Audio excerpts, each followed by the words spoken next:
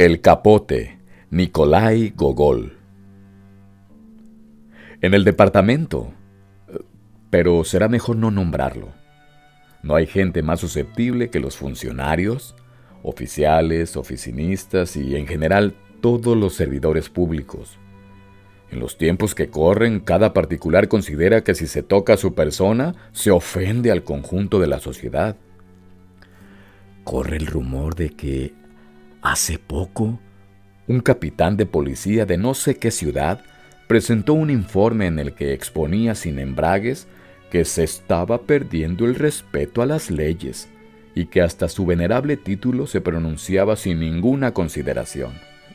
Y como prueba, adjuntaba una voluminosísima obra de corte novelesco en la que cada 10 páginas aparecía un capitán de policía, a veces en un estado de completa embriaguez. En resumidas cuentas, para evitar disgustos, designaremos el departamento en cuestión simplemente como cierto departamento. Así pues, en cierto departamento trabajaba un funcionario. Era un hombre bastante ordinario, bajo de estatura, algo picado de viruelas, con una tonalidad de pelo que tiraba a pelirroja, un tanto corto de vista, con pequeñas entradas en la frente, arrugas a lo largo de las mejillas y ese color de cara que recibe el nombre de hemorroidal. ¿Qué se le va a hacer? La culpa la tiene el clima peterburgués. En lo que respecta a su rango, pues entre nosotros se debe empezar siempre por ese particular. Era lo que se llama un eterno consejero titular, de los que han hecho befa y escarnio, como es bien sabido, numerosos escritores que tienen la loable costumbre de ensañarse con quienes no pueden defenderse.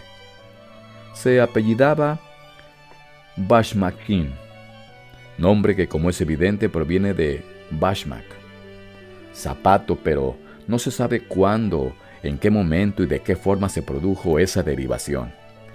El padre, el abuelo y hasta el cuñado, así como todos los Bashmashkin, sin excepción, habían llevado siempre botas a las que mandaban poner mediasuelas 2 o 3 veces al año. Se llamaba Akaki Akiakievich. Es probable que el lector encuentre ese nombre un tanto extraño y rebuscado, pero puedo asegurar que no se lo pusieron aposta. Fueron las mismas circunstancias las que hicieron imposible darle otro. Esto fue lo que sucedió. Akaki Akakievich nació, si no me falla la memoria, la noche del 22 al 23 de marzo.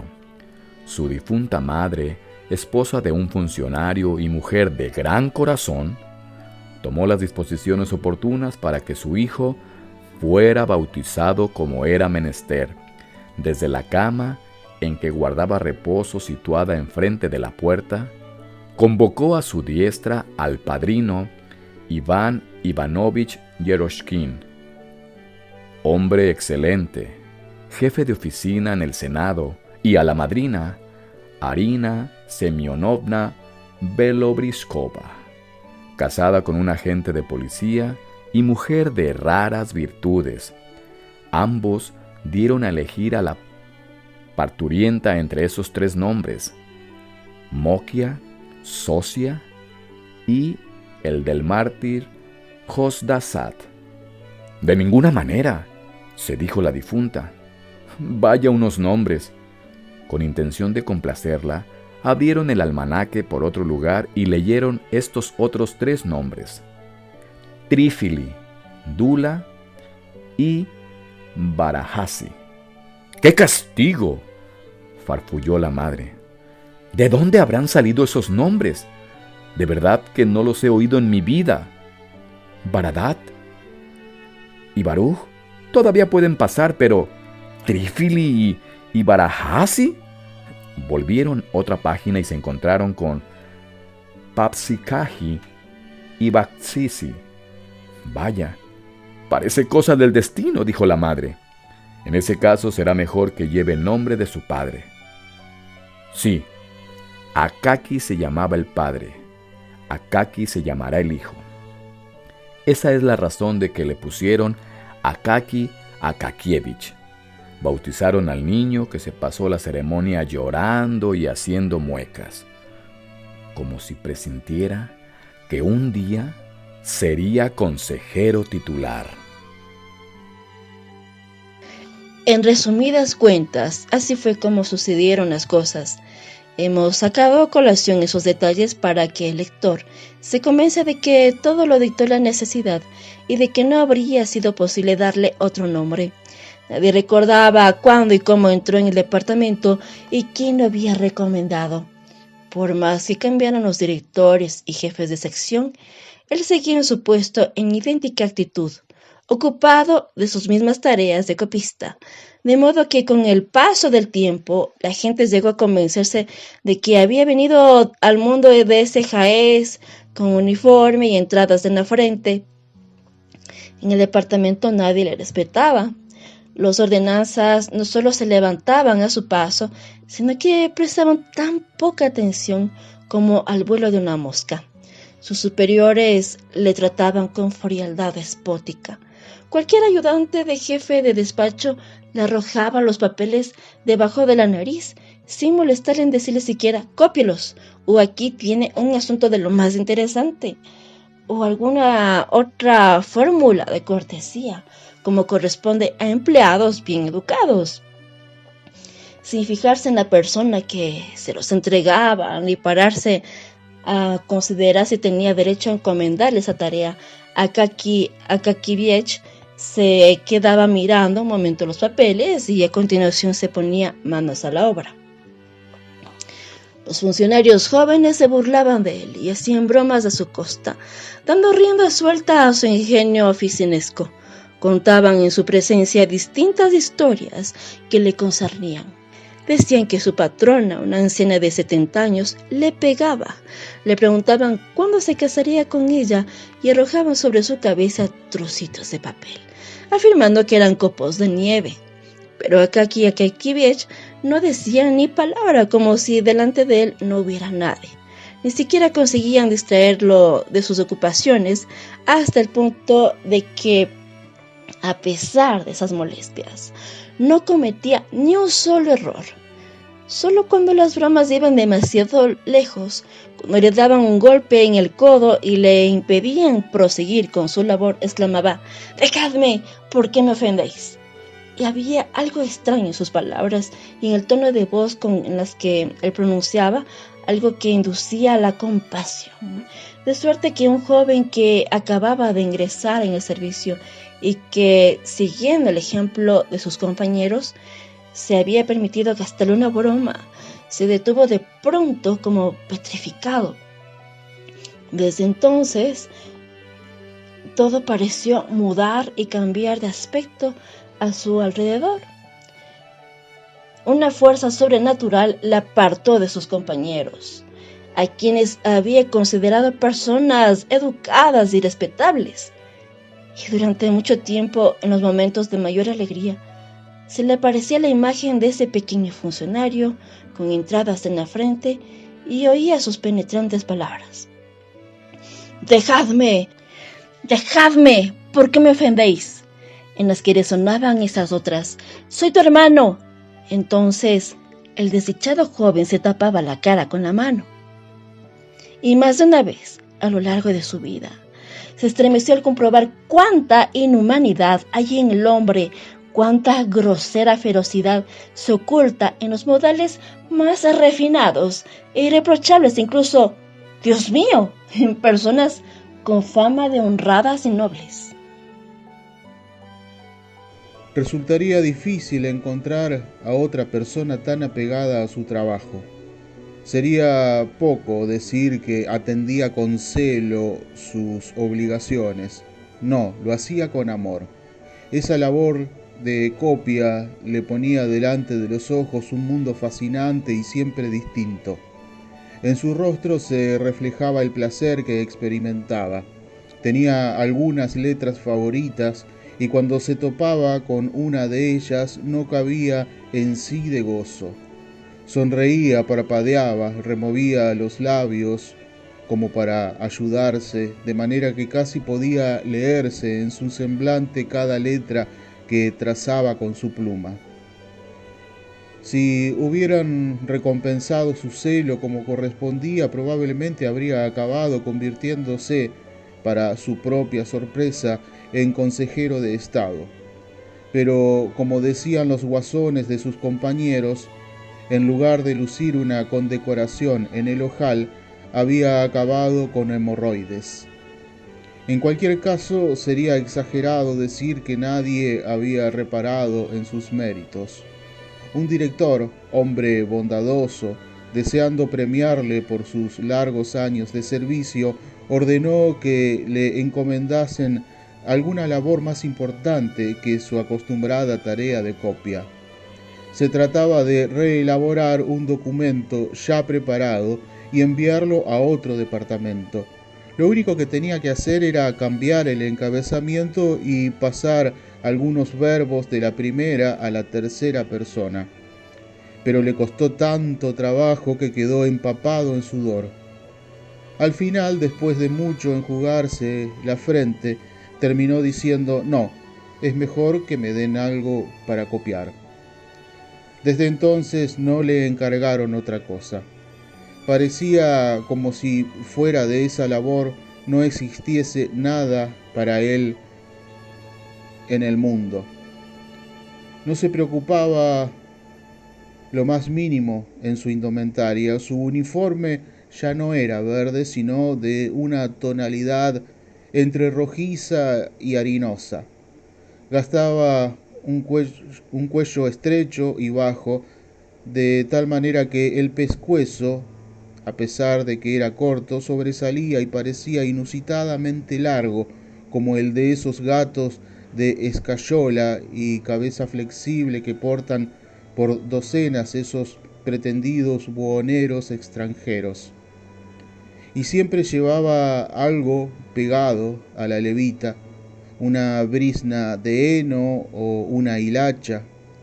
Además tenía una habilidad especial para pasar por debajo de una ventana en el preciso instante en que arrojaban cualquier inmundicia. En suma, siempre lucía en su sombrero una cáscara de melón o de sandía o alguna otra porquería por el estilo. Ni una sola vez en su vida prestó atención al ajetreo diario de las calles. Especuló que tanto atraía a sus jóvenes colegas capaces de reparar con su mirada penetrante y atrevida en un transeúnte con la trabilla descosida, aunque fuera por la acera de enfrente, novedad que siempre acogían con una sonrisa maliciosa en los labios. Pero suponiendo que Akaki Akakíevich posara su vista en algún objeto, no veía más que los renglones escritos con su caligrafía precisa y regular. Solo cuando un caballero le ponía de pronto el hocico en el hombro y le echaba una nube de vaho en la cara, se daba cuenta de que estaba en medio de la calle, no en medio de una línea. Al llegar a casa se sentaba enseguida a la mesa, engullía a toda prisa su sopa de col y una porción de carne de vaca con cebolla, sin reparar en su sabor, tragándose las moscas y todos los aditamentos que Dios tenía a bien añadir según la estación. Cuando notaba que tenía el estómago lleno, se levantaba de la mesa, echaba mano a un tintero y se ponía a copiar unos papeles que se había llevado de la oficina. En caso de que no tuviera trabajo, hacía copias por mero placer, mostrando una marcada preferencia por los documentos que se distinguían no por la belleza de su estilo, sino por estar dirigidos a algún personaje importante o recién nombrado. Cuando el cielo gris de San Petersburgo se oscurece por completo y toda la realea oficinesca se ha llenado el estómago, cada cual según sus medios y gustos particulares, cuando todos descansan ya del trajín de los despachos, con su crujir de plumas, idas y venidas, acuciantes ocupaciones propias y ajenas, y cuantas obligaciones se impone a veces un trabajador infatigable, en ocasiones sin necesidad. Cuando consagran al placer el resto del día, unos, los más emprendedores, asistiendo al teatro, otros, saliendo a la calle para contemplar ciertos sombreritos, otros, acudiendo a una velada para prodigar cumplidos a una bonita muchacha, estrella de un pequeño círculo de empleados, otros, y estos son los más numerosos, encaminándose a casa de un compañero que vive en un tercero o cuarto piso, en dos pequeñas habitaciones con vestíbulo o cocina, en las que destaca una lámpara o algún otro objeto que denota cierto prurito de modernidad, comprado a costa de grandes sacrificios y renuncias a cenas y excursiones. En definitiva, incluso en esas horas en que todos los funcionarios se dispersan por los minúsculos alojamientos de sus amigos para echar una ruidosa partida de whist y tomar unos cuantos vasos de té, acompañados de galletas de Acopec, al tiempo que dan chupadas a sus largas pipas y cuentan, mientras reparten algún chisme relativo a la alta sociedad, actividad a la que ningún ruso, sea cual sea su condición, puede renunciar, o a falta de otro tema mejor, repiten la consabida anécdota del comandante a quien vinieron a decirle que alguien había cortado la cola al caballo de la estatua de Pedro el Grande, obra de Falconet.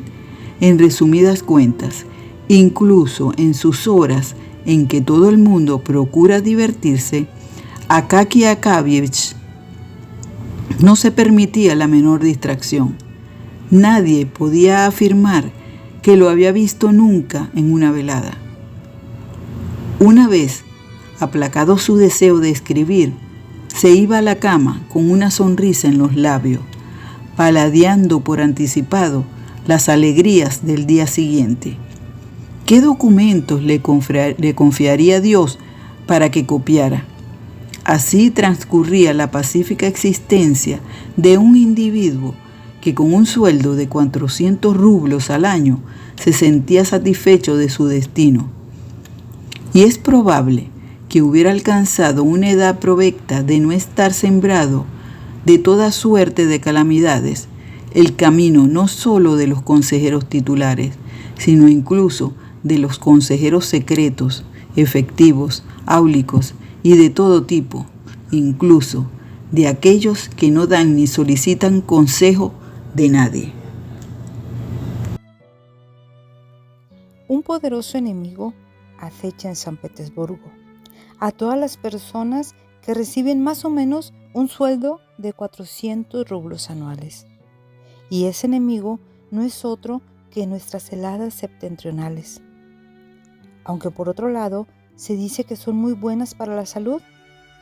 Entre las 8 y las 9 de la mañana, justo cuando las calles se llenan de funcionarios que se dirigen a sus departamentos, el frío arrecia y ataca con tal violencia las narices de todos los transeúntes, del más alto al más bajo, que los pobres empleados no saben dónde meterlas. En ese momento, cuando hasta los personajes más encumbrados les duele la frente de frío y se les saltan las lágrimas. Los pobres consejeros titulares se encuentran a veces indefensos. La única salvación consiste en arrebujarse en sus ligeros capotes y atravesar lo más rápido posible 5 o 6 calles hasta llegar al vestíbulo del ministerio, donde patean el suelo con furor hasta que se desentumecen todas las capacidades y dones necesarios para el desempeño de sus funciones, que se han helado por el camino. Desde hacía algún tiempo, Akaki Akakievich sentía un dolor punzante, sobre todo en los hombros y en la espalda. A pesar de que procuraba recorrer con la mayor celeridad la distancia que separaba su casa del departamento. Al final, acabó preguntándose si no sería culpa de su capote.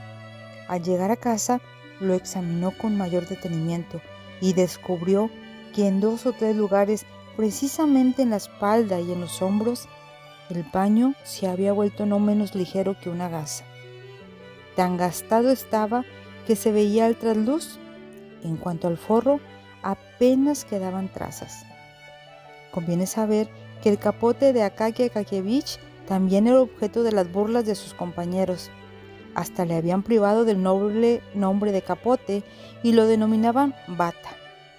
En realidad, tenía un aspecto bastante extraño. El cuello menguaba de año en año, pues le servía para remendar otras partes.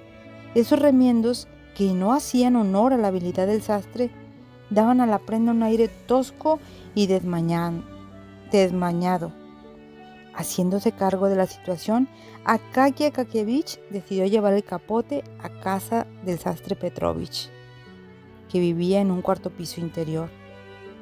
A pesar de que era bizco y tenía el rostro picado de viruelas, se daba bastante maña para arreglar pantalones y chaquetas de funcionarios y de simples particulares.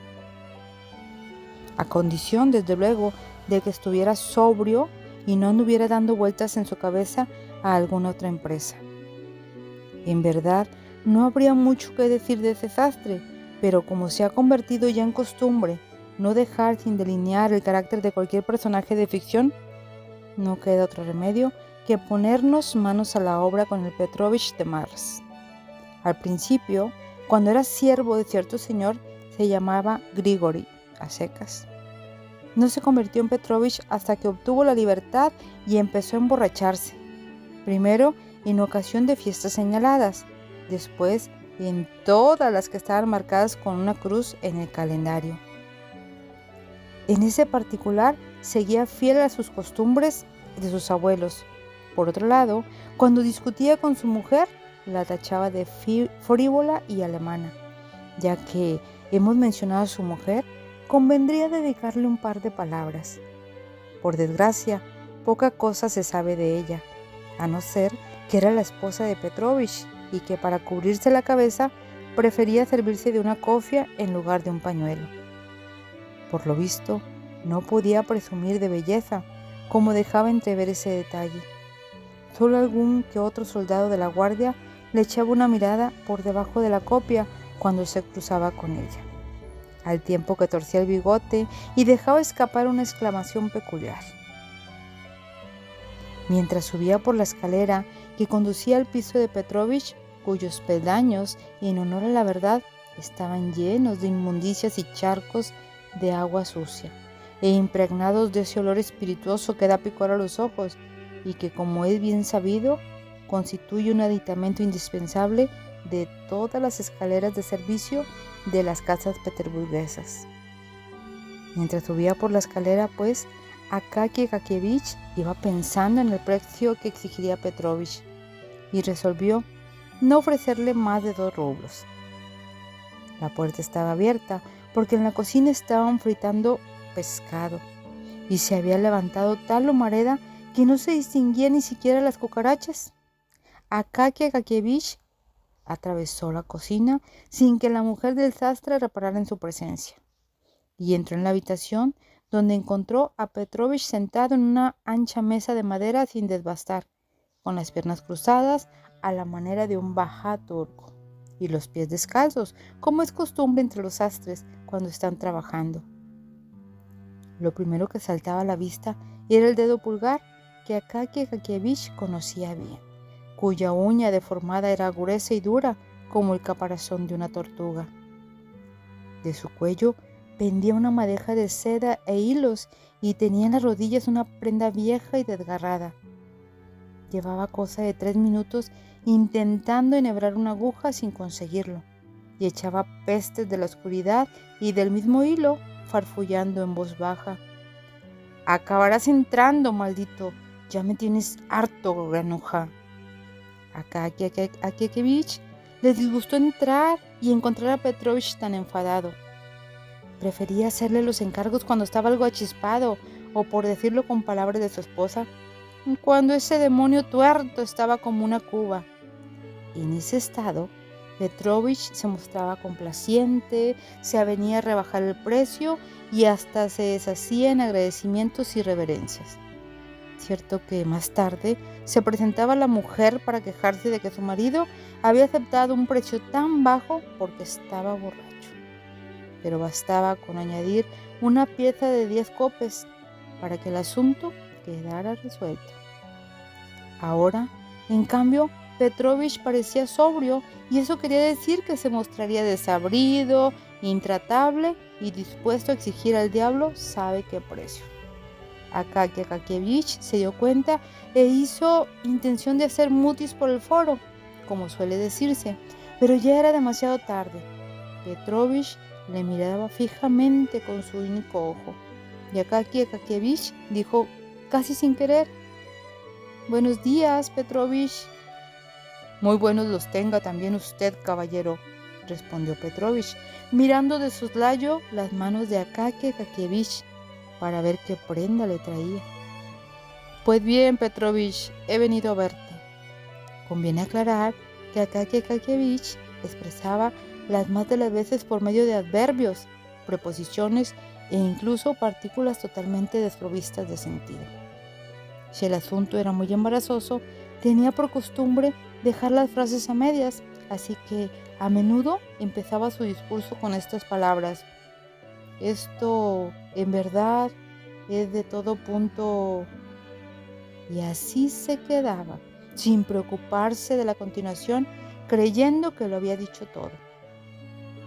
«¿De qué se trata?», preguntó Petrovich, al tiempo que examinaba con su único ojo el uniforme de Akaki Akakievich, desde el cuello hasta las mangas, la espalda, los faldones y los ojales, que conocía de sobra porque los había confeccionado él mismo. Tal es la costumbre de los sastres, es lo primero que llama su atención cuando se encuentran con alguien.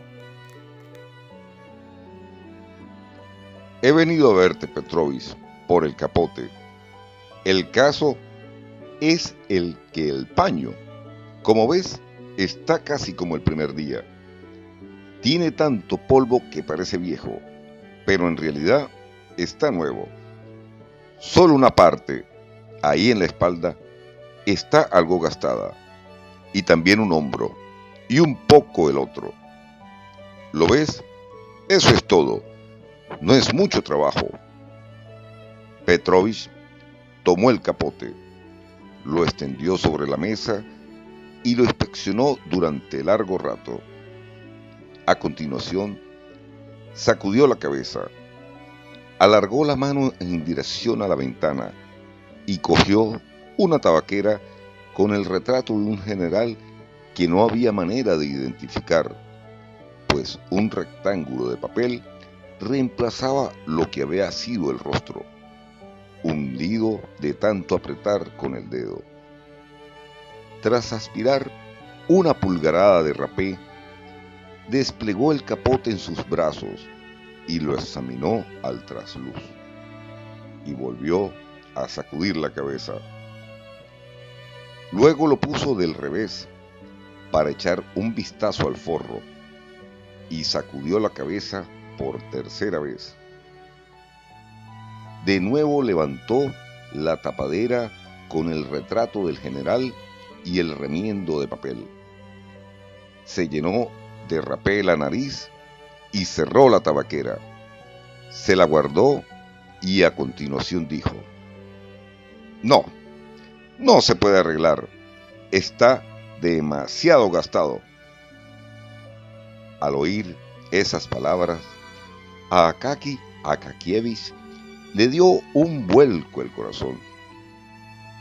¿Cómo que no, Petrovich?, preguntó con voz infantil y casi suplicante.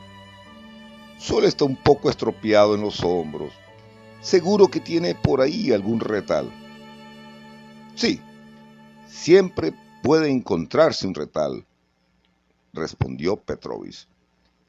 Pero no puedo coserlo, porque el paño está completamente podrido. En cuanto le meta la aguja, se caerá a pedazos. Pues que se caiga. Tú lo que tienes que hacer es ponerle un remiendo. ¿Y cómo voy a coserlo? No hay dónde sujetarlo, tan gastado está. Esto de paño solo tiene el nombre. Como sople un poco el viento, se lo lleva por delante. Bueno, tú arréglalo, pues en verdad eso... No, dijo Petrovich con decisión. No se puede hacer nada. Está demasiado viejo. Será mejor que se compre unas polainas para cuando llegue el invierno, porque los calcetines no calientan. Es un invento de los alemanes para sacarnos el dinero. Petrovich aprovechaba cualquier ocasión para meterse con los alemanes. En cuanto al capote, no cabe duda de que tendrá que hacerse uno nuevo. Al oír la palabra nuevo, a Akakievich se le nubló la vista y todos los objetos que habían en la habitación parecieron cubrirse de una suerte de bruma. Solo distinguía con claridad al general de la tabaquera de Petrovich, con el pedazo de papel tapándole la cara. «¿Nuevo dices?», exclamó como en sueños. «¿Y de dónde voy a sacar el dinero?». «Sí, nuevo», repitió Petrovich con despiadada serenidad. «Y en caso de que me hiciera uno nuevo, ¿cuánto?». «¿Te refieres a cuánto costaría?». «Sí, 150 rublos como mínimo», aclaró Petrovich, apretando con fuerza los labios, pues era muy aficionado a los golpes de efecto y le encantaba dejar desconcertada a la gente para luego mirar de soslayo la cara de susto que ponía al escuchar sus palabras. ¿150 rublos por un capote?, gritó el desdichado Akaki Akakievich. Probablemente era la primera vez en su vida que gritaba, pues nunca le había levantado la voz a nadie. «Sí», dijo Petrovich, «y eso dependiendo del capote. Si lo quieres con cuello de Marta y capuchón con forro de seda, subiría a 200. «Por el amor de Dios, Petrovich», suplicó Akaki Akakievich, tratando de no prestar atención a las palabras y golpes de efecto de Petrovich. «Arréglalo como sea, para que pueda usarlo un poco más». «No merece la pena. Sería trabajar en balde y tirar el dinero», dijo Petrovich. Al escuchar esas palabras, Akaki Akakievich se quedó completamente anonadado. Una vez solo, Petrovich pasó un buen rato de pie, los labios apretados con fuerza, sin retomar su labor, muy satisfecho de haber salvaguardado su honor y haber defendido el buen nombre de su oficio. Cuando salió a la calle, Akaki Akakievich se sentía como en un sueño. «Vaya, un asunto», se decía. «Jamás habría creído que acabaría así, la verdad». Y, al cabo de unos instantes, añadió: «Así están las cosas. Mira cómo ha acabado todo. La verdad es que jamás habría imaginado que pasaría esto». Y después de otra larga pausa, prosiguió: «Así están las cosas. Es algo completamente inesperado. En ningún caso, menuda situación». Dicho esto, en lugar de volver a su casa, tomó la dirección contraria sin darse cuenta él mismo. De camino, tropezó con un destornillador que le manchó el hombro con su sucio costado. Desde lo alto de una casa en construcción le cayó encima un aluvión de cal, pero Akaki Akakievich no reparó en una cosa ni en la otra. Fue necesario que chocara con un guardia, que, tras dejar a un lado su alabarda, estaba sacudiendo su tabaquera y vertiendo en su callosa mano un poco de rape, para que volviera un poco en sí, y solo porque éste le dijo: ¿Por qué te me echas encima? ¿Es que no tienes suficiente acera? Al oír estas palabras, miró a su alrededor y emprendió el camino de regreso. Hasta que no llegó a su casa, no pudo poner en orden sus ideas y hacerse una idea clara de la situación. Reanudó entonces el monólogo de antes, pero ya no con frases entrecortadas, sino con ese tono sincero y juicioso que uno emplea para discutir con un amigo sensato un asunto íntimo y confidencial. No, se dijo. Ahora no hay manera de entenderse con Petrovich. Su mujer debe de haberle propinado una buena tunda. Será mejor que pase a verlo el domingo por la mañana. Después de la cogorza del sábado, tendrá el ojo torcido y estará medio dormido. Querrá echar un trago para quitarse la resaca, pero su mujer no le dará el dinero. En ese momento apareceré yo y le pondré una moneda de 10 kopecks en la mano. Entonces se volverá más sensato y podremos hablar del capote. Ese razonamiento dio ánimos a Akaky Akakievich. El domingo siguiente, cuando vio de lejos que la mujer de Petrovich salía de la casa, se fue derecho a la habitación del sastre. Como era de esperar, después de la noche del sábado, lo encontró muerto de sueño, con la cabeza caída sobre el pecho y el ojo más torcido de lo normal. Pero en cuanto se enteró de lo que se trataba, fue como si el demonio se le metiera en el cuerpo. Imposible, dijo. Tiene que encargarse uno nuevo. Akaky Akakievich le entregó entonces los 10 kopecks. Muchas gracias, señor. Me tomaré una copita a su salud, dijo Petrovich. En cuanto al capote, no le dé más vueltas. No sirve para nada. Le voy a hacer uno nuevo que le va a quedar como un guante. Le doy mi palabra. Akaky Akakievich quiso referirse de nuevo al arreglo, pero Petrovich, sin escucharle, prosiguió. Le haré uno nuevo sin falta, cuente con ello. Será un trabajo de primera, y si quiere ir a la moda, le pondré en el cuello unas hebillas de plata. En ese momento se convenció Akaky Akakievich de que no podía pasarse sin un capote nuevo, y todas las fuerzas le abandonaron. En cualquier caso, ¿de dónde iba a sacar el dinero necesario? Desde luego podía contar con el aguinaldo que le darían en las próximas fiestas, pero esa suma la tenía ya asignada y destinada a otros fines. Debía comprarse unos pantalones nuevos, pagar al zapatero unas punteras que le había puesto hacía tiempo a unas botas viejas. Además era preciso encargarle a la costurera 3 camisas y 2 de esas prendas cuyo nombre sería indecoroso imprimir en letras de molde. En definitiva, había dispuesto ya de todo ese dinero. Es más, en caso de que el director tuviera la generosidad de asignarle 45 o 50 rublos en lugar de los 40 de rigor, le quedaría una cantidad tan insignificante que en comparación con el precio del capote sería algo así como una gota en el océano. Desde luego sabía que a Petrovich a veces le daba la ventolera de exigir sumas tan desorbitadas que hasta su propia mujer no podía contenerse y exclamaba: «¿Es que has perdido el juicio, grandísimo bribón? Otras veces trabajas casi de balde y ahora te da por pedir un precio que ni tú mismo vales».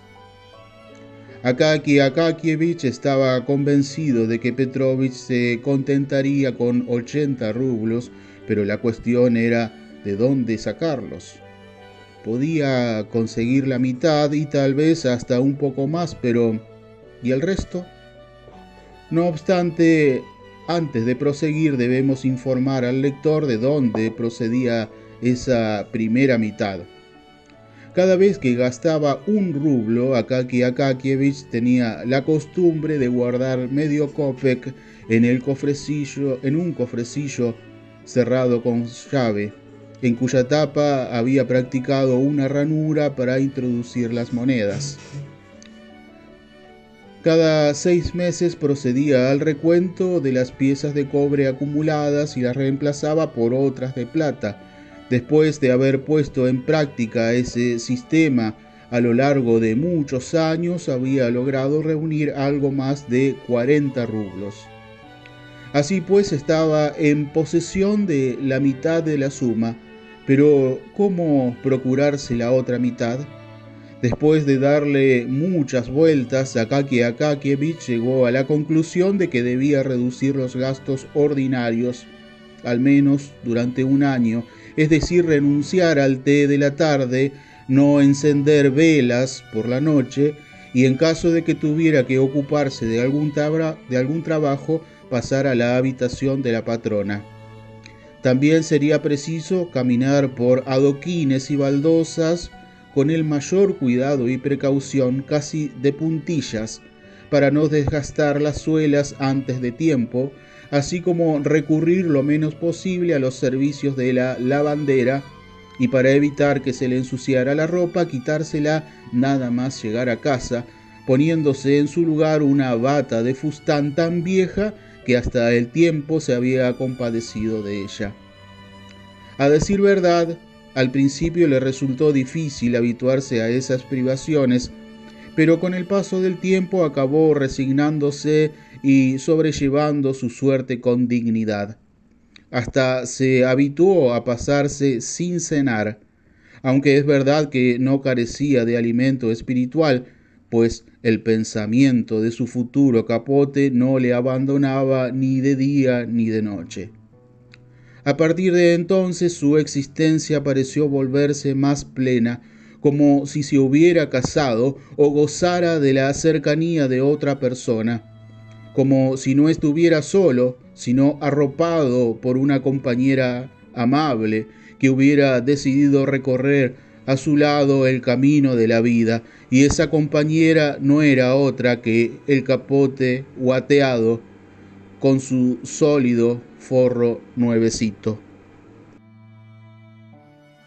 Se volvió más animado y de carácter más firme, como es el caso de las personas que se han marcado un objetivo definido. De su rostro y ademanes desapareció cualquier rastro de duda e indeterminación, así como cualquier indicio de vacilación e inseguridad.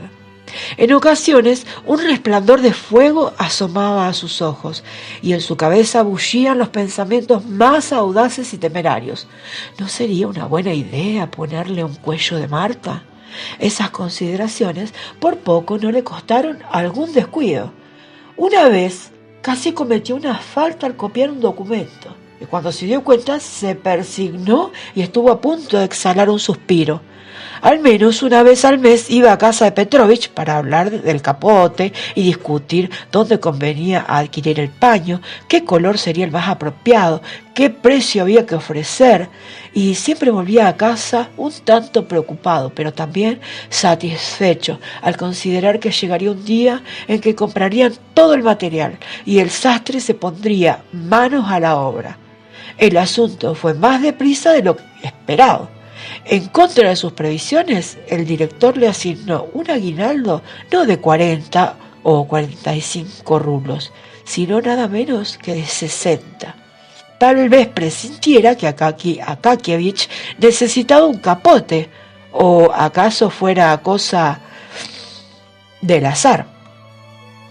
El caso es que Akaki Akakievich se encontró de pronto con 20 rublos suplementarios. Esa circunstancia aceleró todo el proceso. Después de pasar un poco de hambre 2 o 3 meses más, Akaki Akakievich logró reunir una suma cercana a los 80 rublos. Su corazón, por lo común tan tranquilo, empezó a latir con fuerza. Ese mismo día empezó a recorrer las tiendas en compañía de Petrovich. Adquirieron un paño de muy buena calidad, como no podía ser de otra manera. Desde hacía casi medio año era raro el mes en que no visitaran las tiendas para cerciorarse de los precios. Hasta Petrovich declaró que no era posible encontrar un paño mejor.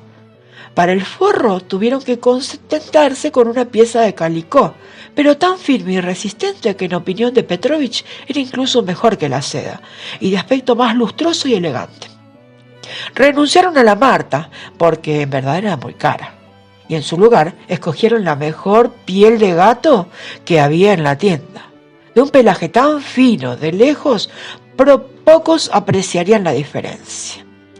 Petrovich solo tardó 2 semanas en confeccionar el capote, y eso por la cantidad de guata que llevaba. De otro modo lo había acabado antes. Por el trabajo le pidió 12 rublos. La verdad es que no podía cobrarle menos, porque no había solo cosido con seda y dobles costuras, que el sastre repasaba luego con sus propios dientes, imprimiéndole las formas más diversas.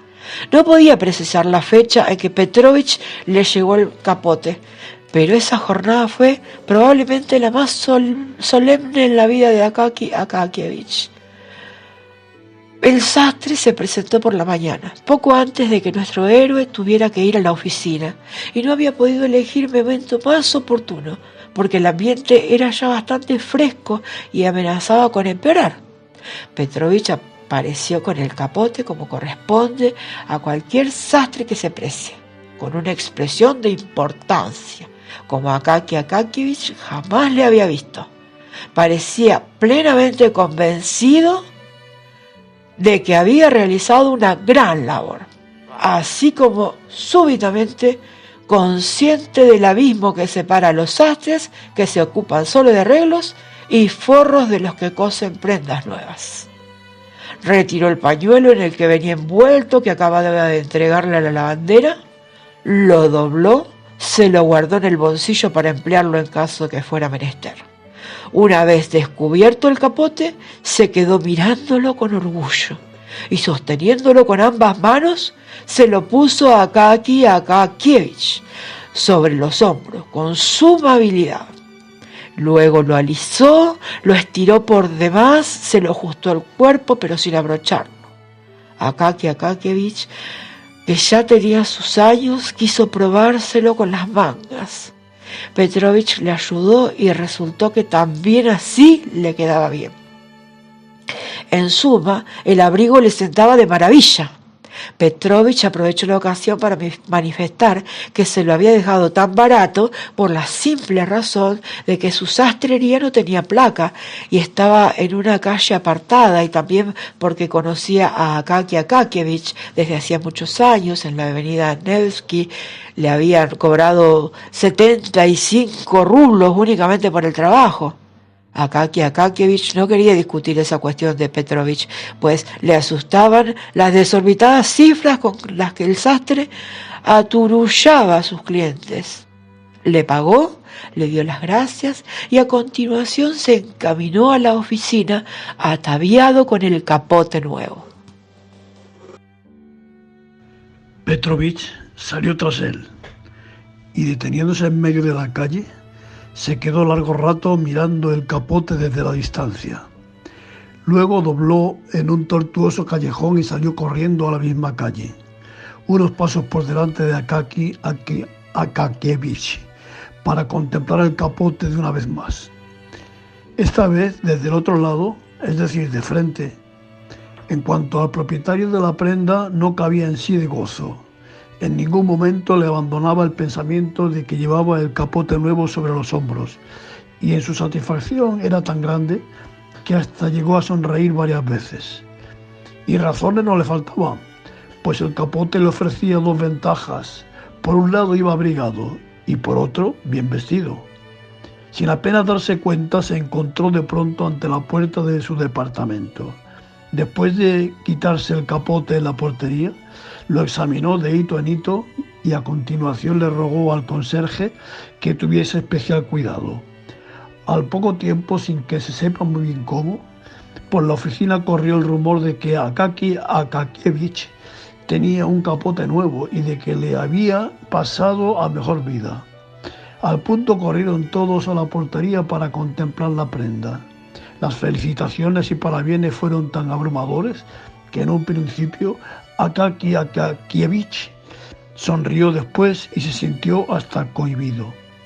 Cuando sus compañeros le rodearon e insistieron en que había que celebrarlo y que lo menos que podía hacer era organizar una fiesta, Akaki Akakievich se sintió completamente desconcertado y no supo qué responder, cómo comportarse, qué excusa poner. Solo al cabo de unos minutos, rojo de vergüenza, empezó a asegurar con la mayor ingenuidad que en realidad no era un capote nuevo, sino usado. Por último, uno de los funcionarios, su jefe de sección, probablemente con la intención de demostrar que no era orgulloso y que no ponía ningún reparo a confraternizar con los empleados de rango inferior, dijo: «Ya que Akaki Akakievich no se decide, seré yo quien dé la fiesta. Los invitó a que vengan esta tarde a mi casa a tomar el té. Precisamente hoy celebro mi onomástica». Como es de suponer, los funcionarios se prestaron a felicitar a su jefe y aceptaron de buena gana la invitación. En un principio, Akaki Akakievich excusó su asistencia, pero habiéndose afeado todos por su descortesía, no tuvo más remedio que retractarse. Por lo demás, cuando lo pensó mejor, se alegró de aquella novedad, pues le permitía lucir su capote nuevo también por la tarde. En general, puede decirse que toda la jornada constituyó para Akaki Akakievich una fiesta solemne y apoteósica. Volvió a su casa radiante de felicidad y quitó el capote. Lo colgó con cuidado en la pared y volvió a mirar su paño y su forro. Luego sacó adrede su viejo capote todo deshilachado y se puso a compararlo con el otro. Lo miró y hasta se echó a reír. Tan grande era la diferencia. Más tarde, durante la comida, no pudo evitar esbozar una sonrisa cada vez que recordaba el estado en que había encontrado su vieja bata. Después de tan larga comida, en lugar de ponerse a copiar en algún documento, se tumbó en la cama como un sibarita y no se levantó hasta la caída de la tarde. Entonces, sin más demora, se vistió, se echó el capote sobre los hombros y salió a la calle. Por desgracia, no podremos precisar dónde vivía el funcionario que le había invitado. La memoria empieza a fallarnos y todas las calles y edificios de San Petersburgo se confunden y entreveran de tal embrollo. Sea como fuere, no cabe la menor duda de que el funcionario en cuestión residía en uno de los barrios elegantes de la ciudad, o lo que es lo mismo, bastante lejos de la casa de Akaki Akakievich. Al principio, este tuvo que atravesar varias calles desiertas con escaso alumbrado, pero a medida que se acercaba al domicilio del funcionario, iba creciendo la animación, aumentando la concurrencia, menudeando las farolas. Entre los transeúntes, cuyo número no dejaba de crecer, aparecieron varias damas vestidas con elegancia y caballeros con cuellos de castor en los abrigos. Los trineos con rejillas de madera, tachonados de clavos dorados, fueron cediendo su lugar a suntuosos trineos barnizados, provistos de pieles de oso y conducidos por cocheros tocados con gorros de terciopelo color frambuesa, y a espléndidos carruajes con el pescante ornamentado que volaban por las calles acompañados del crujido de la nieve bajo sus ruedas. Akaki Akakievich contemplaba todas estas cosas como si fuera la primera vez que las viera, pues hacía varios años que no salía a la calle por la noche.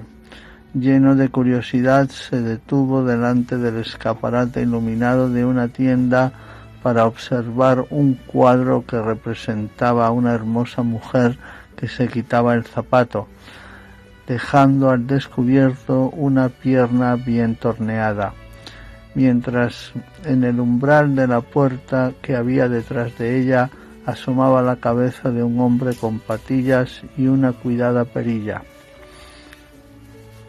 Akaki Akakievich meneó la cabeza, sonrió y a continuación siguió su camino. ¿A qué venía esa sonrisa? ¿Se había topado con una realidad completamente desconocida, pero de la que todo el mundo tiene algún barrunto?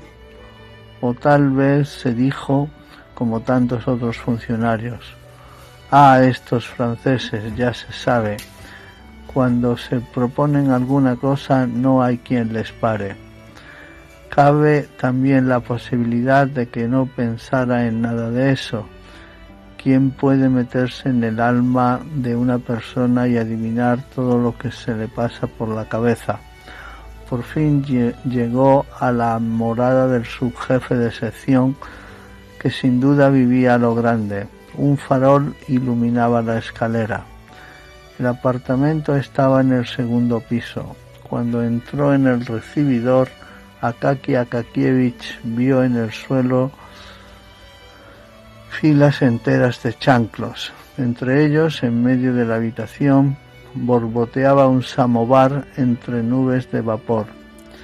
De las paredes colgaban capas y capotes, algunos de ellos con cuellos de castor o solapas de terciopelo. De la habitación contigua llegaba un rumor confuso de voces, que de pronto adquirió mayor precisión y sonoridad al abrirse una puerta para dejar paso a un lacayo con una bandeja llena de vasos vacíos, una jarrita de nata y un cesto con galletas, señal evidente de que los funcionarios llevaban reunidos ya un buen rato y se habían tomado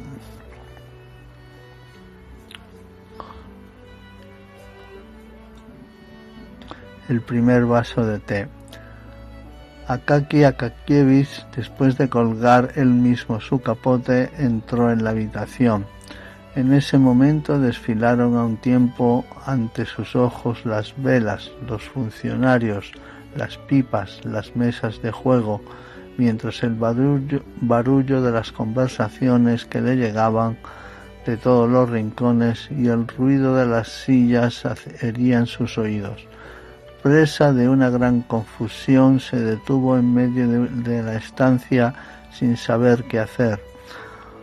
Pero sus colegas, que ya habían preparado en su presencia, lo acogieron con una aclamación y al punto salieron al recibidor para contemplar de nuevo el capote.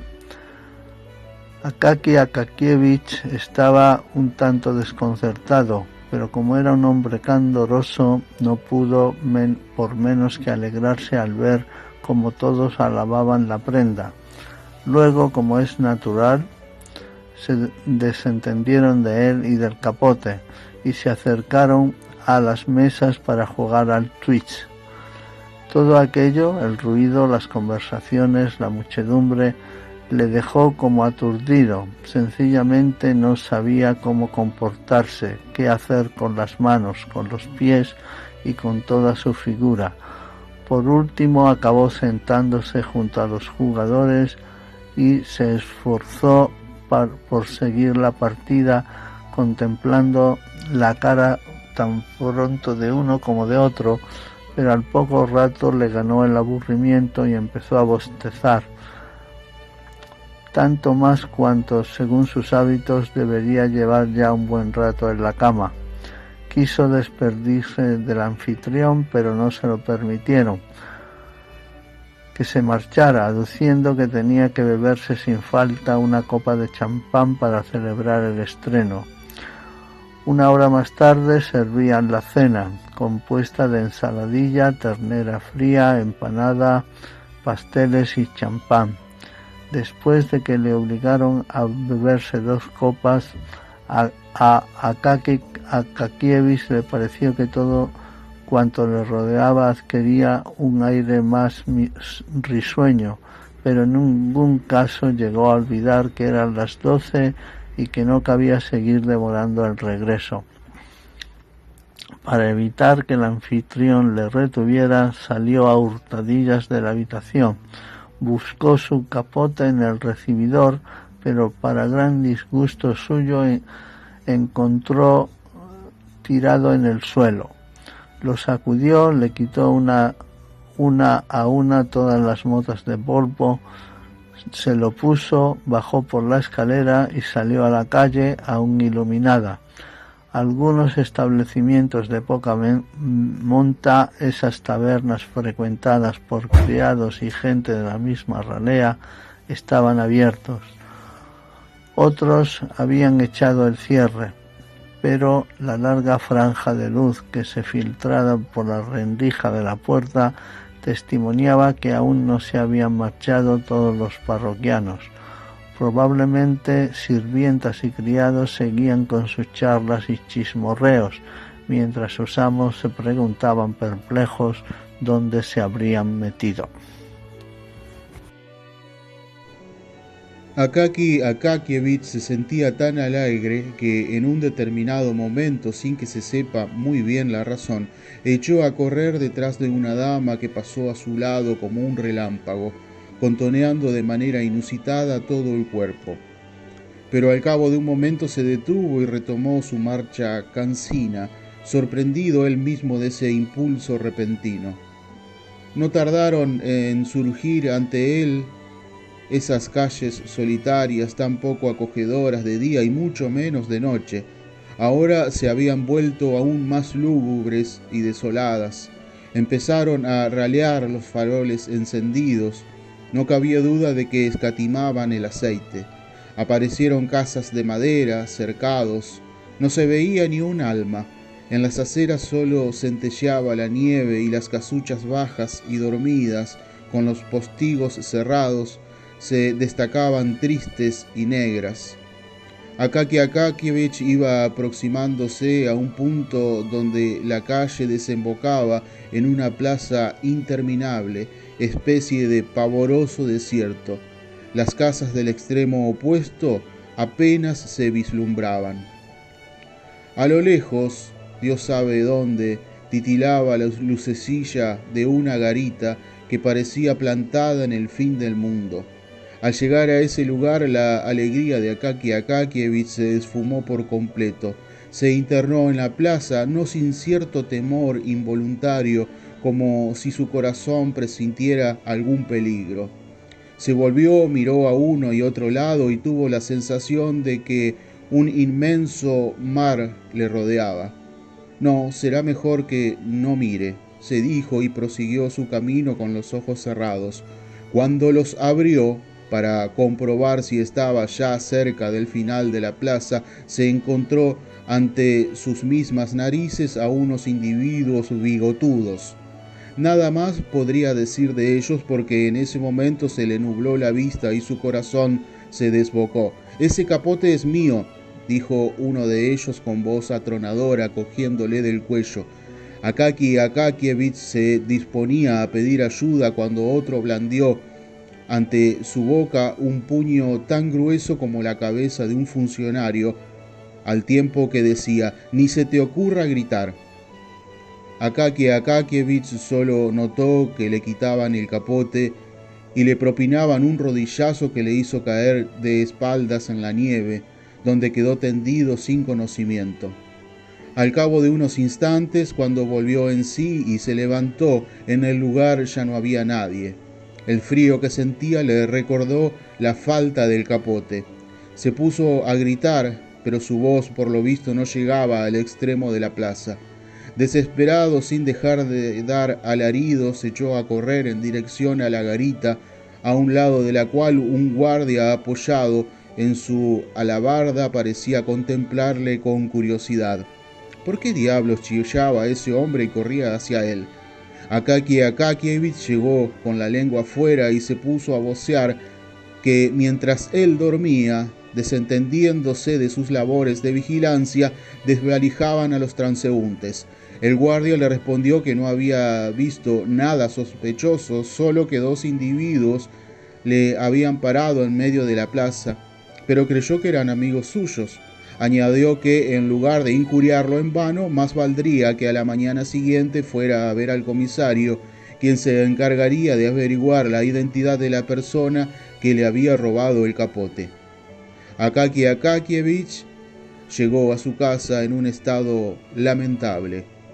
los pocos cabellos que aún le crecían en las sienes y la nuca completamente revueltos, el costado, el pecho y todos los pantalones cubiertos de nieve.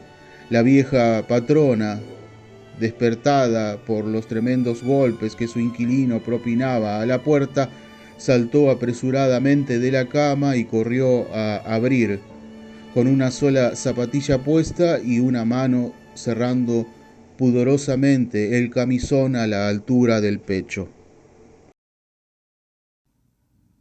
No obstante, en cuanto vio el terrible aspecto de Akaki Akakievich, retrocedió espantada.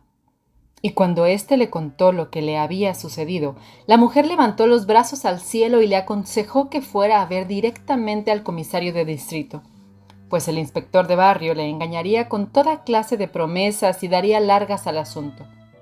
Lo mejor era recurrir sin más al comisario, a quien conocía un poco, porque Anna, la finlandesa que había tenido empleada como cocinera, era ahora la niñera de sus hijos, y ella misma solía verlo pasar en su carruaje por delante de la casa, y también los domingos en la iglesia, donde rezaba y miraba con simpatía a todo el mundo, señal de que debía ser un hombre de bien.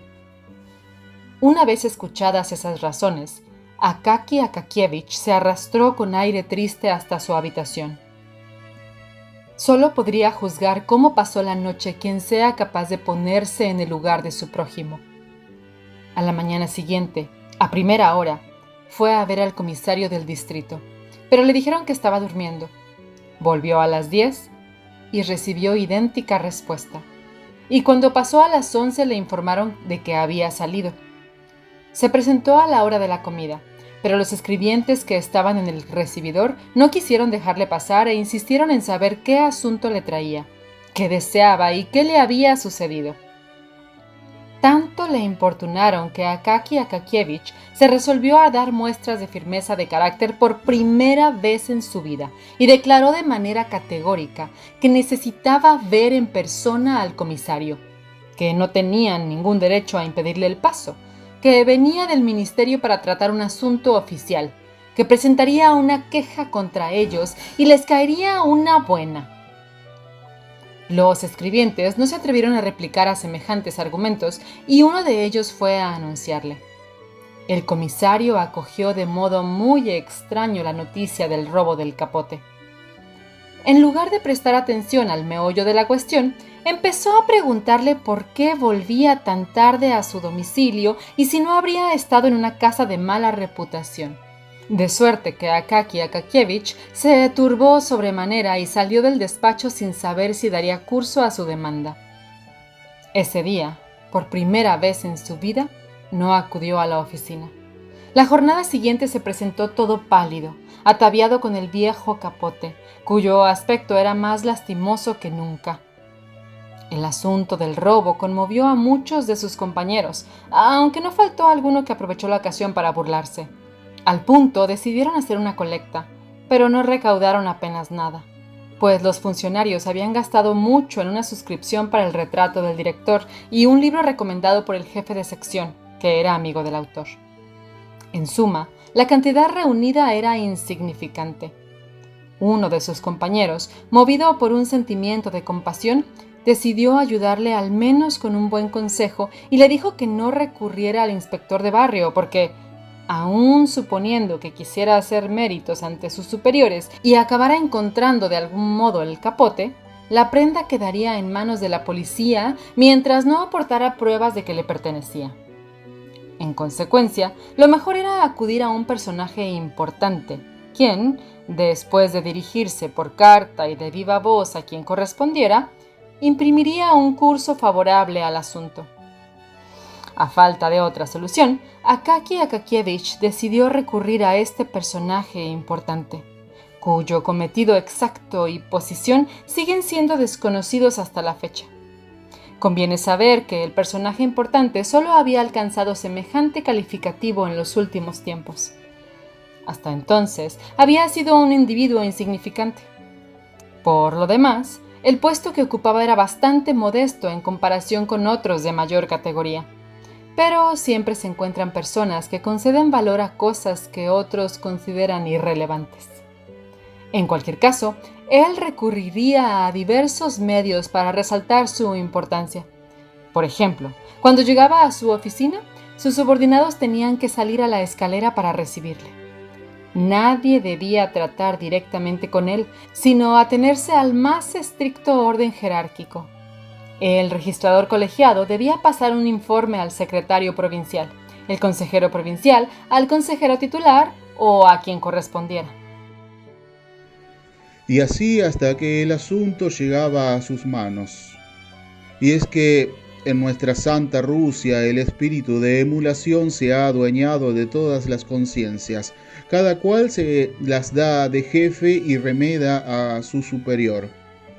Hasta corren rumores de que un consejero titular designado para dirigir una oficina de medio pelo se apresuró a organizar con la ayuda de un tabique una habitación especial a la que denominó despacho del director, a cuya puerta emplazó a unos conserjes con cuello rojo y galones que se abalanzaban sobre el picaporte y abrían la puerta en cuanto veían a algún visitante, a pesar de que en el despacho del director apenas cabía un escritorio de dimensiones medianas.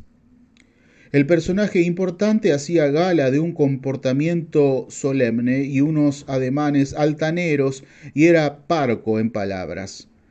El fundamento esencial de su sistema era la severidad. Severidad, severidad y severidad, solía decir, y en el momento en que repetía por tercera vez ese vocablo, dirigía a su interlocutor una mirada significativa, de todo punto innecesaria, pues los 10 empleados que se hallaban a sus órdenes ya sin eso estaban atemorizados. En cuanto lo veían de lejos, dejaban lo que estuvieran haciendo y aguardaban en posición de firmes a que atravesara la habitación.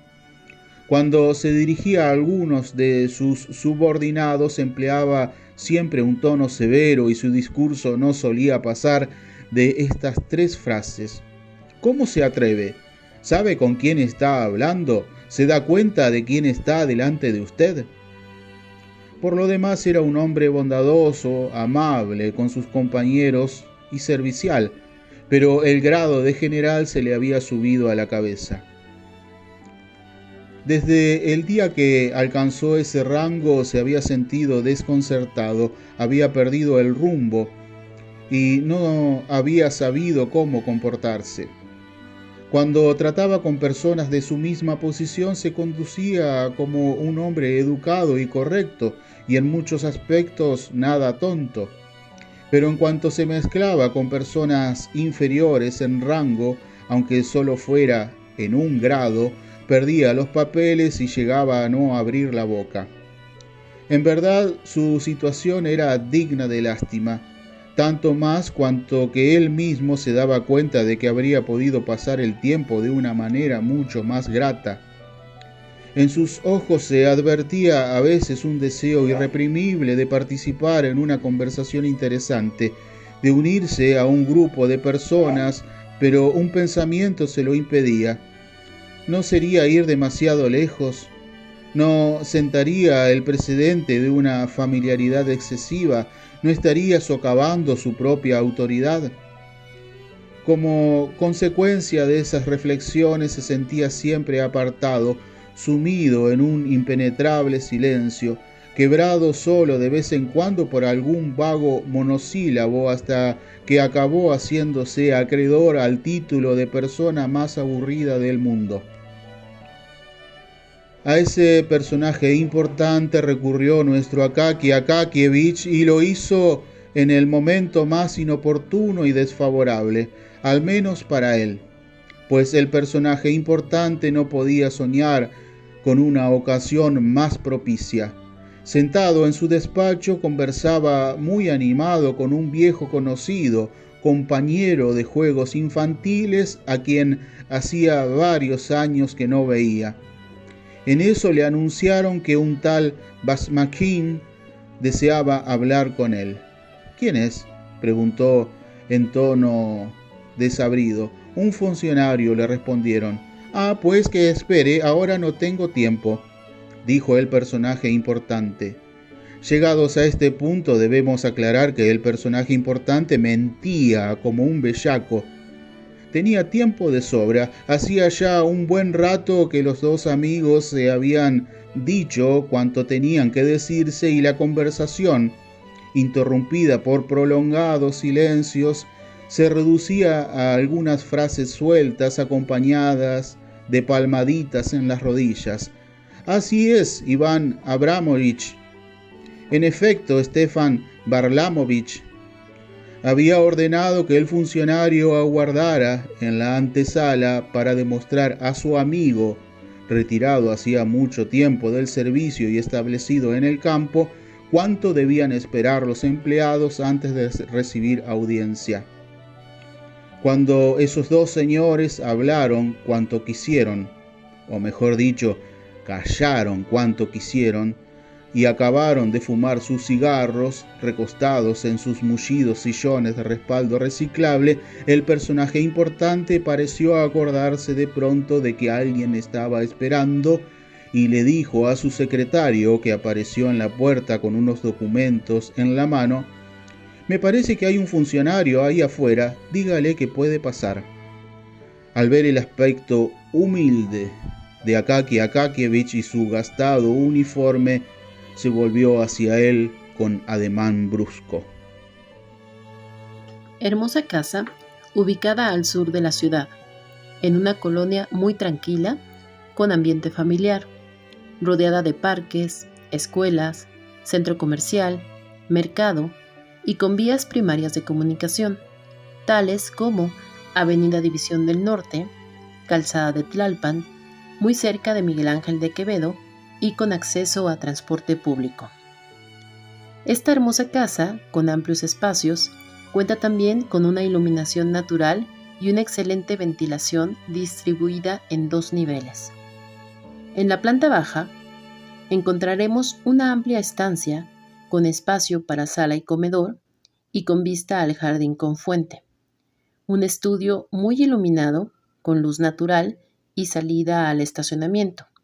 También cuenta con cocina integral y un gran espacio para el antecomedor.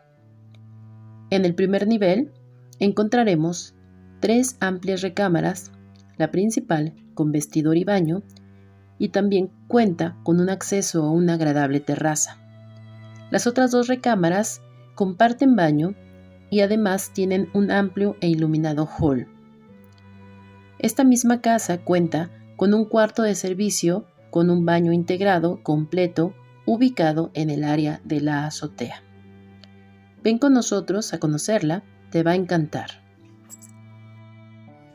¿Escuchó a Akaki Akakievich esas palabras fatales?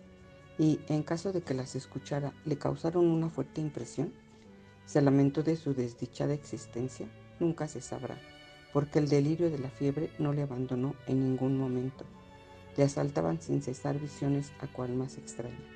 Tan pronto veía a Petrovich y le encargaba un capote con trampas para atrapar a los ladrones que se escondían debajo de su cama, como suplicaba a la patrona que sacara de debajo de la manta a uno de ellos, o preguntaba por qué colgaba de la pared su viejo capote, cuando tenía uno nuevo, o creía estar escuchando la regañina del general, a quien respondía: «Perdón, excelencia», o por último, maldecía y profería palabras tan terribles que la vieja patrona se persignaba, pues jamás le habían oído proferir semejantes insultos, y mucho menos acompañando al título de su excelencia. En los instantes postreros solo pronunció frases incoherentes de las que no era posible sacar nada. En limpio, pero que testimoniaban al menos que sus desordenados pensamientos no se ocupaban más de su capote. Finalmente, el pobre Akaki Akakievich exhaló su último suspiro. No pusieron sellos en su habitación ni en sus pertenencias. En primer lugar, porque no tenía herederos, y en segundo, porque no dejaba más que un pequeño paquete con plumas de ganso, una resma de papel timbrado, 3 pares de calcetines, 2 o 3 botones desprendidos de un pantalón y el viejo capote que ya conoce el lector. ¿Quién se quedaría con todas esas cosas? Confieso que esa cuestión no interesó, ni siquiera al autor de este relato. Se llevaron el cadáver y le dieron sepultura. Y San Petersburgo se quedó sin Akaki Akakievich, como si nunca hubiera existido.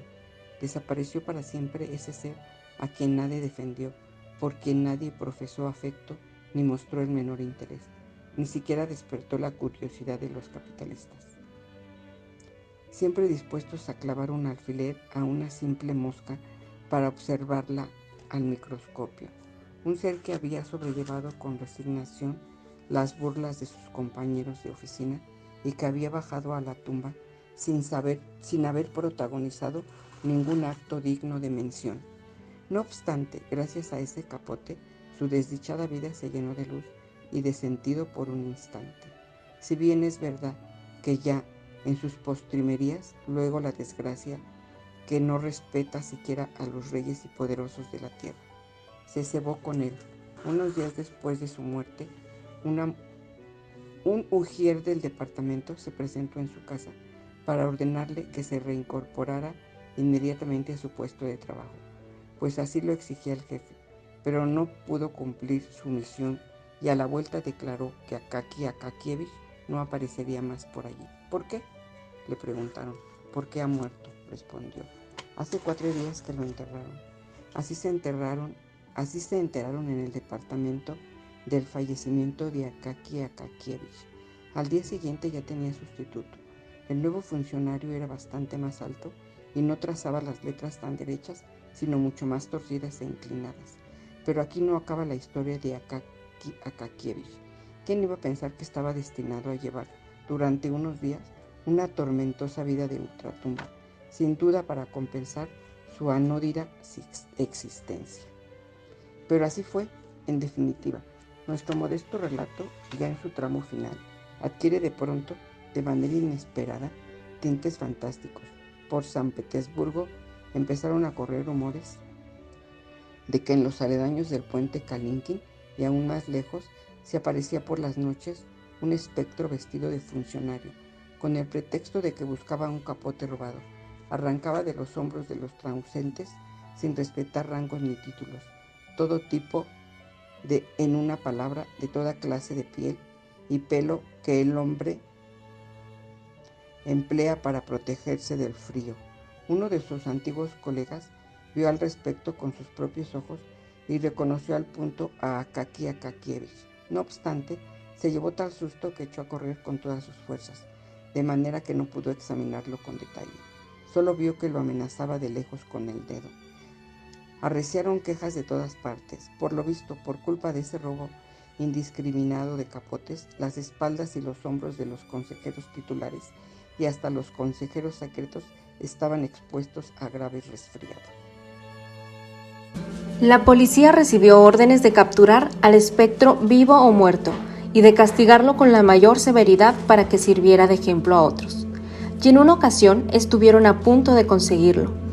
En una manzana del callejón Kiriushkin, un guardia municipal llegó a cogerle por el cuello en el momento en que le quitaba el capote de bayeta a un músico retirado, que en sus tiempos había tocado la flauta. Teniéndolo bien agarrado, llamó a gritos a otros 2 compañeros y les pidió que lo sujetaran con fuerza, mientras él buscaba la tabaquera en el interior de la bota, pues quería desentumecer un poco su nariz, que se le había helado ya 6 veces en el transcurso de su existencia. Pero, al parecer, el rapé era tan malo que ni siquiera el espectro pudo soportarlo. Apenas había tenido tiempo el guardia de taparse con un dedo el orificio derecho de la nariz y de aspirar una pulgarada con el izquierdo, cuando el espectro pegó tal estornudo que lo cegó a los 3. Mientras se restregaban los ojos con los puños, el espectro se esfumó sin dejar rastro, de manera que llegaron incluso a dudar de que en verdad lo hubieran tenido en sus manos. Desde entonces, a los guardias les entró tal miedo por los espectros que ni siquiera se atrevían a detener a los vivos, limitándose a gritar de lejos: tú! ¡Sigue tu camino! En cuanto al espectro del funcionario, empezó a aparecerse incluso más allá del puente Kalinkin, causando no poco temor entre los espíritus pusilánimes. pero nos hemos desatendido por completo del personaje importante, auténtico responsable de que esta historia verídica haya tomado un giro fantástico. Ante todo hay que decir, en honor a la justicia, que poco después de que el desdichado Akaki Akakievich, completamente deshecho, saliera del despacho, el personaje importante sintió cierta compasión. No desconocía la piedad, y en el fondo de su corazón albergaba no pocos sentimientos nobles, aunque la conciencia de su dignidad a menudo impedía que afloraran a la superficie. En cuanto el amigo que había ido a verle se despidió, se sumió en reflexiones sobre el pobre Akaki Akakievich. Desde entonces se le aparecía casi a diario la pálida figura del funcionario, anonadado por la reprimienda de un superior. Ese recuerdo le causaba tanto desasosiego que al cabo de una semana decidió enviar a un empleado para interesarse por él y preguntarle si podía ayudarle en algo. Cuando se enteró de que Akaki Akakievich había fallecido como consecuencia de un repentino acceso de fiebre, se quedó estupefacto y pasó todo el día de mal humor, atormentado por remordimientos de conciencia. Para distraerse de algún modo y disipar esa desagradable impresión, por la noche fue a casa de un amigo, donde encontró una agradable compañía, compuesta casi en su conjunto, y eso era lo mejor de todo, por personas de su misma graduación. Así pues, no tenía por qué sentirse cohibido. Esa circunstancia ejerció un efecto sorprendente sobre su estado de ánimo. Hizo gala de una gran desenvoltura, derrochó amabilidad, se mostró ingenioso en las conversaciones, en suma, pasó una velada de lo más agradable. Durante la cena se tomó un par de copas de champán, una manera excelente, como es bien sabido, de disipar cualquier rastro de melancolía. El champán le comunicó el deseo de hacer algo fuera de lo común. En definitiva, en lugar de regresar a casa, resolvió hacerle una visita a Carolina Ivanovna, una dama conocida, al parecer de origen alemán, con la que mantenía una relación de lo más amistosa. Es preciso aclarar que el personaje importante, que tenía ya sus años, era un buen marido y un padre de familia ejemplar. Sus dos hijos, un muchacho que prestaba ya servicio en una cancillería y una encantadora mocita de 16 años, con la nariz un poco respingona, pero bonita en cualquier caso, acudían todas las mañanas a besarle la mano y le decían «Bonjour, papá». Su mujer, nada fea y aún de buen ver, primero le daba a besar su mano y a continuación la volvía y le besaba la suya. En cualquier caso, aunque el personaje importante se mostraba muy satisfecho de esas muestras de cariño familiar, había juzgado conveniente mantener una querida en el otro extremo de la ciudad. Esa querida no era más joven ni más hermosa que su mujer, pero tales accidentes suceden en el mundo y no nos corresponde a nosotros entrar a juzgarlos. Así pues, el personaje importante bajó por la escalera, se montó en el trineo y le dijo al cochero: «A casa de Carolina Ivanovna».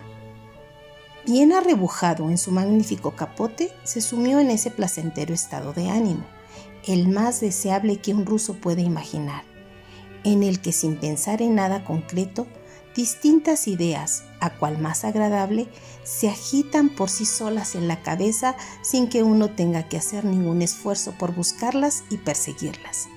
Lleno de contento, pasaba revista a todos los momentos alegres de esa velada, a todas las palabras que habían suscitado las carcajadas de ese reducido círculo. Hasta llegó a repetir en voz baja algunas de ellas, encontrándolas igual de divertidas, por lo que no es de extrañar que se riera con toda su alma. No obstante, de vez en cuando le molestaban las ráfagas de viento que soplaban de pronto Dios sabe de dónde y con qué objeto, dándole en el rostro, arrojándole montones de nieve, hinchando la esclavina del capote como si fuera una vela o lanzándolo de pronto sobre la cabeza con una fuerza sobrehumana, lo que le obligaba a realizar ímprobos esfuerzos para volver a ponerla en su sitio. De repente, el personaje importante sintió que alguien le agarraba con fuerza por el cuello del capote. Volvió la cabeza y vio a un hombre de baja estatura vestido con un viejo uniforme desastrado y no sin horror reconoció a Akaki Akakievich. El rostro del funcionario estaba blanco como una sábana y su aspecto era cadavérico. El espanto del personaje importante rebasó toda medida cuando vio que el muerto torcía la boca en una mueca y echándole en la cara su aliento sepulcral, pronunciaba estas palabras: «Ah, ya te tengo, por fin te he cogido del cuello. Lo que necesito es tu capote. No quisiste ocuparte del mío y hasta me reprendiste. Pues bien, dame ahora el tuyo». El desdichado personaje importante estuvo a punto de pasar a mejor vida, aunque hacía gala de un carácter firme en la Cancillería y ante sus subordinados, y a pesar de que su aspecto viril y su apuesta figura hacía exclamar a todo el mundo: «Vaya menudo carácter», esa noche, lo mismo que mucha gente de porte gigantesco, sintió tanto miedo que no sin razón llegó a temer que le diera un ataque. Él mismo se quitó el capote en un santiamén y le gritó al cochero con la voz demudada: «¡A casa, deprisa!». Al oír esas palabras pronunciadas en ese tono que suele emplearse en momentos decisivos y que a menudo van acompañadas de otras medidas más contundentes, el cochero encogió la cabeza entre los hombros en previsión de lo que pudiera caerle. Blandió el látigo y lanzó los caballos al galope. Al cabo de poco más de 6 minutos, el personaje importante, que había desestimado la idea de visitar a Carolina, estaba ya delante de la puerta de su casa. Pálido, despavorido y sin capote, se arrastró como pudo hasta su habitación, donde pasó una noche muy agitada, hasta el punto de que en la mañana siguiente, durante el desayuno, su hija le soltó de sopetón: «¿Qué pálido estás hoy, papá?». A lo que éste no respondió palabra. A nadie le dijo lo que le había sucedido, ni dónde había estado, ni a dónde había pensado dirigirse. Ese incidente le causó una impresión tan profunda que de ahí en adelante, cuando se dirigía a sus subordinados, apenas empleaba ya esas expresiones de antaño. ¿Cómo se atreve? ¿Se da cuenta de quién está delante de usted? Y si alguna vez recurría a ellas, no lo hacía sin antes haber escuchado a su interlocutor. Pero lo más sorprendente es que a partir de ese día el espectro del funcionario no se apareció más. Por lo visto, el capote del general había colmado sus expectativas. En cualquier caso, no volvieron a correr rumores de capotes robados. Sin embargo, algunos ciudadanos de ánimo inquieto y exaltado no quisieron tranquilizarse y afirmaron que el espectro del funcionario seguía apareciéndose en los barrios apartados de la ciudad. De hecho, un guardia municipal de Kolomna vio con sus propios ojos cómo el fantasma asomaba por detrás de una casa, pero como era un hombre de constitución débil, en cierta ocasión, un simple cochinillo que se había escapado de una casa particular lo derribó, para gran regocijo de unos cuantos cocheros que había por allí, a cada uno de los cuales exigió después, como compensación por el escarnio de que había sido objeto, unos céntimos para tabaco. No se atrevió a detenerlo, se contentó con seguirlo en medio de la oscuridad hasta que el fantasma de pronto se giró, se detuvo y le preguntó: «¿Qué es lo que quieres?», al tiempo que le mostraba un puño del tamaño que rara vez se ve entre los vivos. «Nada», replicó el guardia, y a continuación se dio media vuelta. No obstante, este fantasma era mucho más alto y lucía un poblado bigote. Parecía dirigirse al puente Obuhop y no tardó en perderse en las tinieblas nocturnas.